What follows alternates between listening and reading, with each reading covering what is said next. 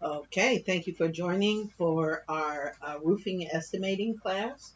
And what we're going to discuss in this portion of the class is the roof plan and what we need to discuss in terms of the takeoff and the measurements that we need to obtain in order for us to produce the estimate.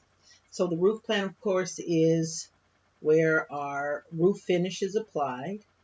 And a couple of things you need to make note of is what type of takeoff software are you going to use. If you're going to use a digitized software, then it'd be relatively very easy to do the takeoff and to get very accurate measurements. So really that's the first thing that you need to decide. So when we're producing a roofing estimate, we need to measure how many squares, right? So how many squares of roof finish do we have?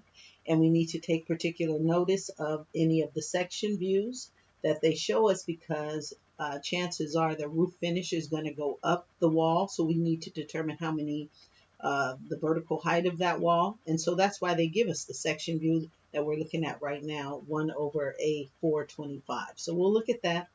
That's the parapet wall, and it will help us determine how many linear feet high, right, that wall is, because we need to add that to the amount of square feet or the number of squares for the roof finish, right? So that's the one thing we have to do. So all of the components now that are in the roof. So the first thing we need to do is roof finish. So we'll know how many squares depending on, again, what type of takeoff software you have. If you have a uh, you know, digitize software to be very easy. If you don't, then you're going to have to do a lot of estimating, maybe from the floor plan to determine how many linear feet across and wide the roof is. So it really depends again on the takeoff software that you have. So you're going to determine how many squares, then you're going to look at the section views to determine the vertical height of the parapet wall because you're going to add that. And I think in this case it ends up being another 1,800 square feet or another 18 squares of roof finish to go up the parapet wall and over the wall. And we'll look at the section view. So that's the first thing you do. Second thing, we're going to look at everything that makes a penetration into the roof because all of that, those holes are going to need to be flashed.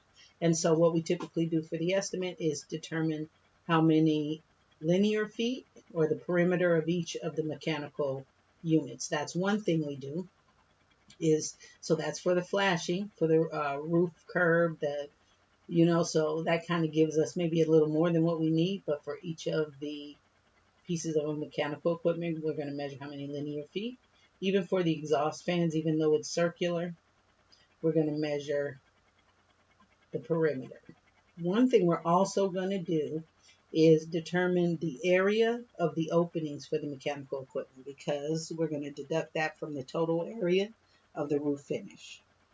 Okay, so two things we do with the mechanical equipment: the measure the perimeter for the flashing, and then the area, how much area we're going to deduct for the total area for the finish, because that's something we'll need to know. Not that we're going to deduct that or not order that from the supplier, but we'll know how much of that is going to end up being waste. So on this roof, we have 3 rooftop units. We have a number of exhaust fans we'll have to do the measurements for and determine the area for. And then we have these uh, cooler freezer condensers. So we'll do both area and linear feet of flashing that will go around it. Okay, and this is a walk pad. That's something else we'll have to determine for the roof. Okay, so 1, how many squares? 2, all of the mechanical equipment.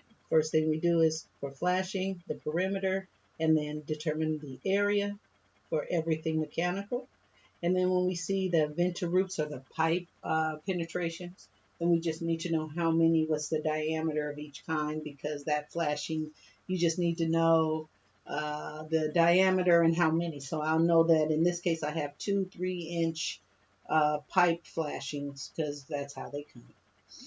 And then the roof latch, I'm going to have to flash around that. So everything that makes a penetration into the roof, we're going to flash around it and determine how many square feet of area it takes up.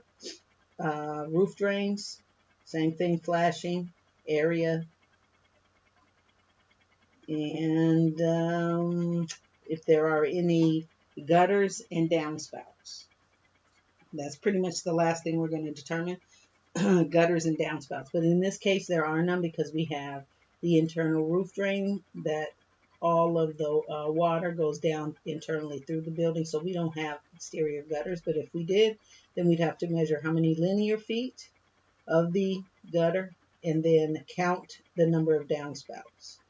And then again, we'd have to go to the section views or the building view, building section view, to determine how many, or the length, the height of that downspout.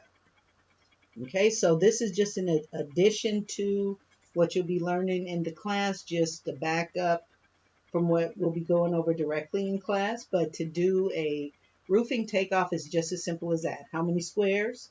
And then look at each of the section views, which we did in class in detail, which if we haven't had the class yet, we will. Look at each of the section views in detail. That way we determine the vertical height of that wall. Then we add that to the number of squares that we have for the flat finish. Then we measure all of the perimeters of all the mechanical equipment, the area that the mechanical equipment takes up. Are there any pipe penetrations? Count those up, roof latch penetrations, and then that's our takeoff. So we'll be able to use those numbers now, go to the cost book, determine price, put all of that on our Excel spreadsheet to produce our professional roofing estimate. So if you have any questions, remember online office hours, sign up on our homepage, S as in Sam, F as in Frank, Johnson Consulting.com. Lower right, you can sign up for additional time, but this is, again, in addition to our live class. So hopefully you got a little bit more out of it, but please make sure to contact us directly if you have any additional problems with any of the classes. But thanks for joining, and we will see you at the next class.